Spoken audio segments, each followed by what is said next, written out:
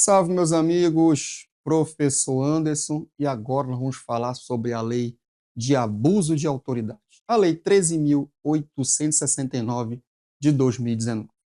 Vamos direto para a lei. Olha só, meus amigos, a super criticada lei de abuso, tudo bem que para muitos foi uma resposta do legislativo àquelas diversas operações que tiveram ali no ano de 2017, 18, enfim, né, Lava Jato e outras operações. É bem verdade que pareceu sim uma resposta do Legislativo em relação a essas operações, principalmente em relação aos órgãos de persecução penal, Ministério Público, Polícia. É bem verdade. Mas, por outro lado, já estava na hora de uma nova lei de abusos.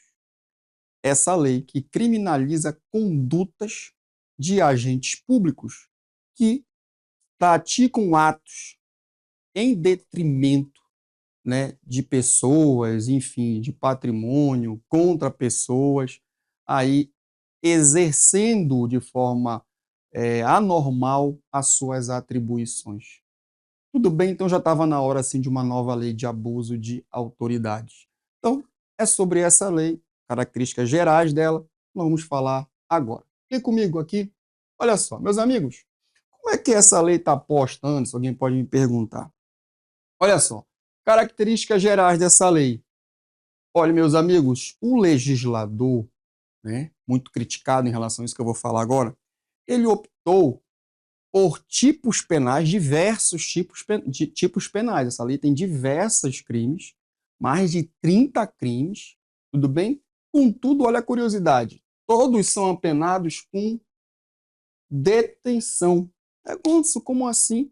Eu tenho diversos tipos penais, mais de 30 tipos penais, e todos são apenados com detenção? Todos são apenados com detenção. Olha só, olha a resposta tal que o legislador optou, ou seja, muito branda, né? Já que optou por tipos penais cuja pena ali, a pena é de detenção. Não tem nenhum tipo penal cuja pena seja de reclusão. É, por exemplo, uma característica dessa lei. É uma escolha do legislador.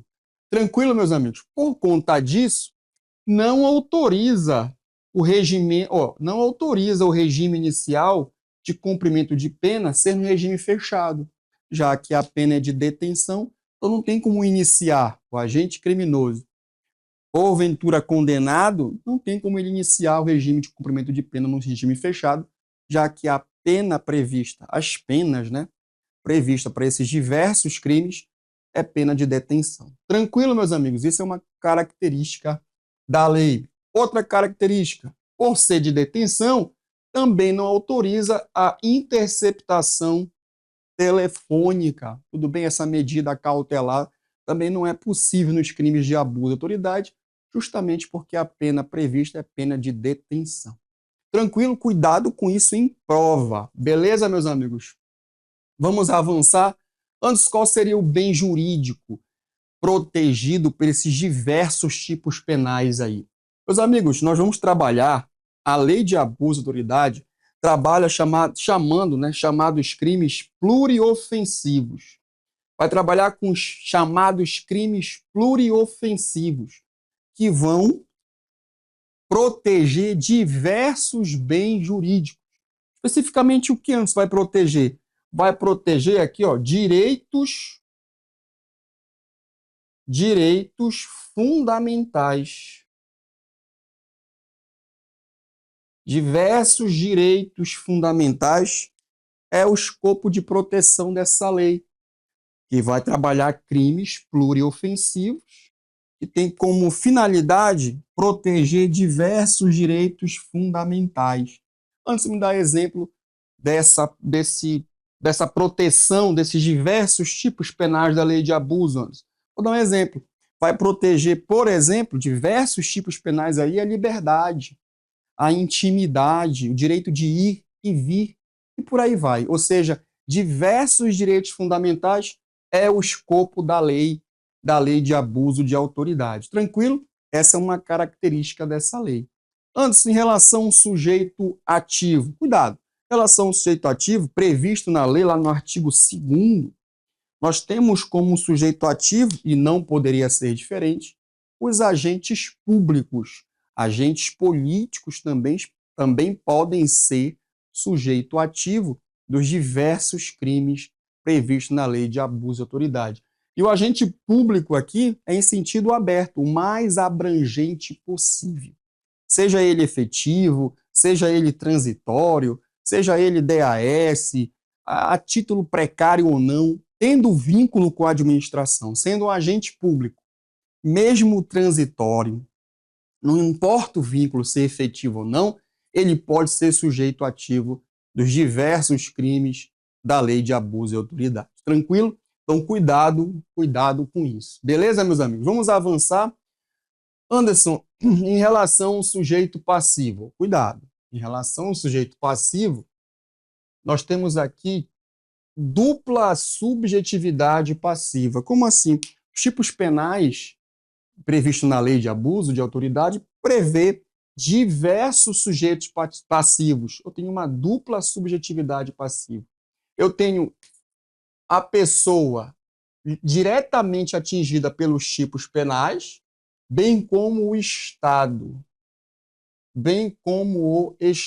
Eu tenho a pessoa que é vítima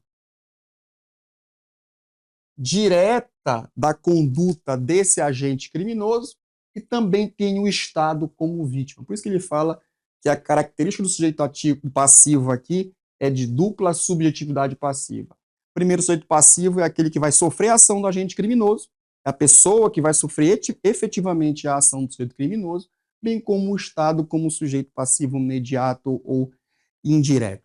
Tudo bem, meus amigos? Tranquilo, bem simples em relação ao sujeito passivo. Anderson, uma característica específica dessa lei. Meus amigos, é óbvio que essa lei, eu não coloquei aqui, os tipos penais diversos dessa lei, todos são praticados de diversos crimes a título de dolo. Em relação à voluntariedade, os tipos penais são dolosos. Mas só o dolo não basta. Só o dolo de praticar as diversas condutas previstas na lei não é suficiente para caracterizar crimes de abuso de autoridade. Antes, como assim? Então não tem modalidade culposa? Não. Não tem nenhum tipo penal na lei de abuso que pode ser praticado por culpa. Não há previsão de culpa. Aliás, tipos penais culposos, não há previsão. Contudo, também só o dolo de praticar as diversas condutas não é suficiente. A lei exige um elemento subjetivo específico do tipo, um elemento especial do tipo, que está previsto especificamente na lei, no artigo 1º, parágrafo 1º, e ela vai definir o seguinte, que eu vou ter elemento subjetivo especial, que é aquela finalidade que anima o agente, sem a previsão dessas finalidades, não há falar em crime de abuso de autoridade. Antes, quais são esses elementos? Esse elemento subjetivo específico, o elemento subjetivo do tipo. Nós temos diversos. Ó. Primeiro, a finalidade que a lei traz é quando o agente criminoso pratica o crime, mas com a finalidade de prejudicar outrem, prejudicar terceiros, beneficiar a si mesmo ou beneficiar terceiros, ou para atender um mero capricho. Também atender uma mera satisfação pessoal. Pratica os diversos crimes para satisfação pessoal, para atender uma satisfação própria, pessoal do agente criminoso. Se ele praticar isso, em tese estaria diante de um crime de abuso de autoridade. Então, esses são os elementos subjetivo específico do tipo, elemento subjetivo especial do tipo, que tem que estar previsto na forma de praticar o crime, ou seja, ele pratica aqueles diversos tipos penais com a finalidade específica. Ou seja, essa finalidade específica é que move o agente. Essa finalidade específica é que motiva o agente a praticar a conduta. Tem que estar previsto nas diversas modalidades, nos diversos crimes praticados nos termos dessa lei. Tudo bem? Ou seja, se não ficar comprovado que o agente criminoso praticou determinada conduta com base nessa motivação, em uma dessas motivações aqui, não há falar em crime de abuso de autoridade. Tudo bem, meus amigos? Tranquilo? Seria o antigo dolo especial. Tudo bem? Fechou aqui? Então, só repetindo quais são as finalidades. Isso vai cair na tua prova, olha lá. Finalidade de prejudicar outra, ou seja, ele pratica o crime de abuso com o escopo, com o fim de prejudicar terceiros, outrem. Também pratica crime de abuso aquele que pratica os diversos tipos penais com a finalidade de beneficiar a si mesmo, ou beneficiar terceira pessoa, ou atender um mero capricho, ou por uma satisfação pessoal do agente criminoso. Tudo bem? Então, cuidado com isso, cuidado com esse elemento subjetivo específico ou especial do tipo. Anderson, é possível um particular praticar o crime de abuso de autoridade? Meus amigos, é possível sim. É possível particular que não integra a administração pública, nem a direta, nem a indireta, enfim, de nenhum dos poderes, mas ele pode sim praticar o crime de abuso de autoridade. Como, Anderson? Em concurso. Ou seja, ele juntamente com outro agente público, sabendo dessa condição, pode praticar esse crime de abuso, esses crimes, né, de abuso de autoridade. Eu não sei por quê. Em concurso de agentes públicos, com particular é possível. Eu não sei por quê. Por conta da redação do artigo 30. Ou seja, essa circunstância de caráter pessoal, que é ser agente público, comunica aos diversos concorrentes, seja coautor, partícipe, ela se estende a eles, por força do artigo 30 do Código Penal. Tudo bem? Então, é possível, sim. Na minha prova, se vier, é possível particular praticar crime de abuso de autoridade, sendo que esse particular não faz parte da administração, é possível, mas quando tiver em concurso com um agente público, sabendo dessa condição, e aí sim, em concurso, ele pratica esse crime ou esses crimes de abuso de autoridade. É possível, sim. Beleza, meus amigos? Tranquilo? Cuidado com isso. Anderson, em relação à competência, bom, meus amigos, pelo menos em regra, a competência aqui, a competência é da Justiça Estadual. Cuidado com isso. Pelo menos em regra, a competência é da Justiça Estadual. Lembrando, meus amigos, que pelo menos a metade desses crimes, mais da metade desses crimes da Lei de Abuso de Autoridade, são infrações de menor potencial ofensivo. É isso mesmo. Antes quer dizer que mais da metade desses crimes de abuso de autoridade são infrações de menor potencial ofensivo. Então quer dizer que estão afeto à lei dos juizados, é isso? É isso.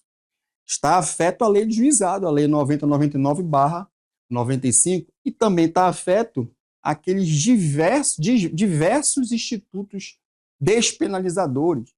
Transação penal, comutação civil do dano, suspensão condicional do processo, TCO, no lugar do flagrante, termo circunstanciado de ocorrência, etc. Ou seja, faz jus àqueles diversos institutos despenalizadores. Tranquilo? Então, cuidado com isso, que mais da metade desses crimes, né? Observação, eu tenho diversos crimes aqui, colocar aqui, mais da metade desses crimes são IMPO, infração de menor potencial ofensivo, portanto, sujeito ao GCRIM. Cuidado com isso, viu? Mais da metade dos crimes são considerados infrações de menor potencial ofensivo, portanto, da competência do GCRIM. Tudo bem? Ficando aí sujeito àqueles diversos institutos despenalizadores.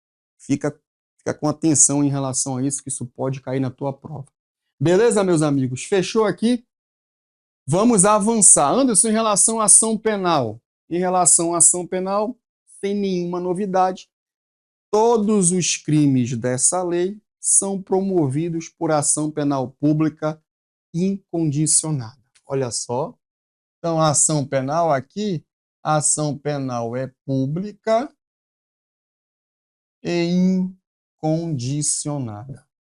Ação penal pública incondicionada. Tranquilo? Bem simples, sem problema nenhum. Beleza? Anderson, vamos falar sobre o efeito da condenação agora, assunto importante Cuidado com isso, assunto importante é o efeito da condenação. Sabemos que em relação à condenação, né, quando alguém, agente criminoso, é condenado, você tem efeitos penais e efeitos extrapenais. Toda condenação acarreta isso. Efeitos penais e efeitos extrapenais. A lei de abuso de autoridade traz os seus próprios efeitos extrapenais da condenação, também efeitos considerados como de natureza cíveis. Olha só, vem aqui comigo, quais são esses efeitos, Anderson? Primeiro, óbvio, tornar certa a obrigação de reparar o dano. Também está na lei de abuso, assim como está no Código Penal. Tá? Esse efeito da condenação também está no Código Penal. Tá? Mas na lei de abuso trouxe especificamente, ó, tornar certa a obrigação de reparar o dano, devendo aqui ao juiz, olha essa novidade, a requerimento do ofendido, cuidado com isso, deve fixar um valor mínimo para a reparação desse dano. Tudo bem? Olha só, cuidado com isso. Vai exigir o requerimento do ofendido para que o juiz fixe esse valor mínimo para a reparação desse dano. Anderson, e esse dano é o quê? É só material?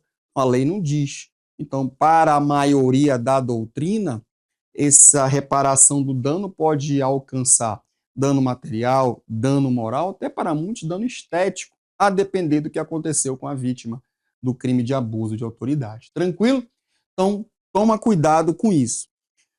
Outro efeito da condenação é a inabilitação, olha só, para o exercício do cargo, mandato, função pública, por um prazo de 1 a 5 anos. E o último efeito é a perda do cargo, da função ou do mandato. Tá? A perda do cargo, do mandato, da função pública. Anderson, pergunta que não quer calar. Em relação a esses efeitos aí, são efeitos automáticos? São efeitos que não são automáticos? Como é que fica? Os amigos, cuidado com isso. Tá? Em relação ao primeiro efeito, vamos colocar aqui, esse efeito aqui, eu posso dizer que esse efeito é um efeito automático. Tá? Tornar certa a obrigação de reparar o dano. E o juiz deve fixar, requerimento da parte, um valor mínimo para a reparação desse mesmo dano. Isso é um efeito automático da condenação. Contudo, a lei é expressa. Em relação a esses dois outros efeitos, a inabilitação e a perda do cargo, não é automático. Cuidado com isso, ó. Não é automático. E aí, a lei ainda condicionou. Anderson, condicionou o quê? Para que seja aplicado esses efeitos da condenação, a lei de abuso de autoridade condicionou. Condicionou a quê? Primeiro, ao agente, para que seja aplicado esses dois efeitos da condenação, é preciso que o agente seja, primeiro, reincidente. Reincidente específico em crime, cuidado com isso, de abuso de autoridade. Como assim? Ele vai exigir uma reincidência específica em crime de abuso para poder aplicar esses efeitos da condenação. É isso mesmo. A lei condicionou. Ainda calma, ainda tem mais uma condicionante. Além de ser reincidente específico, o juiz precisa motivar a decisão. O juiz precisa motivar essa decisão. Ou seja, ele precisa colocar na sentença, motivar, né, ali na sentença por que vai aplicar esse efeito da condenação. Os dois efeitos, inabilitação ou a perda do cargo, mandato ou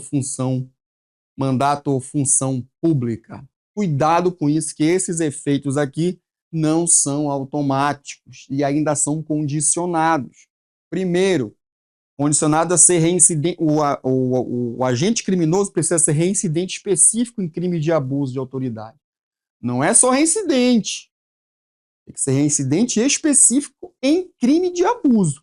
E a outra, o juiz precisa motivar essa decisão na sentença, para só então aplicar esses efeitos da condenação. Veja como é difícil de aplicar esses efeitos na prática, porque o agente criminoso precisa ser reincidente específico em crime de abuso e ainda esperar que o juiz motive na sua decisão a aplicação desses efeitos da condenação. Tranquilo? Cuidado com isso. Então, está aqui os efeitos da condenação. O primeiro é automático, os outros dois não são, ainda são condicionados. Beleza, meus amigos? Tranquilo? Vamos avançando ainda aqui e falar agora sobre as penas restritivas de direito.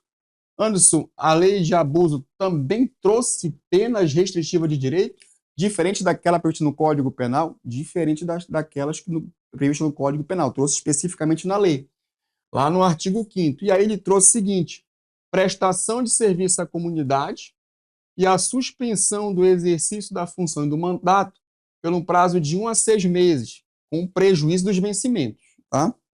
Com prejuízo dos vencimentos. Ele pode aplicar isolado ou cumulativamente, sem problema nenhum. Então, são esses as duas penas restritivas de direito que o juiz, no caso concreto, pode aplicar em relação aos agentes que praticam crime de abuso de autoridade.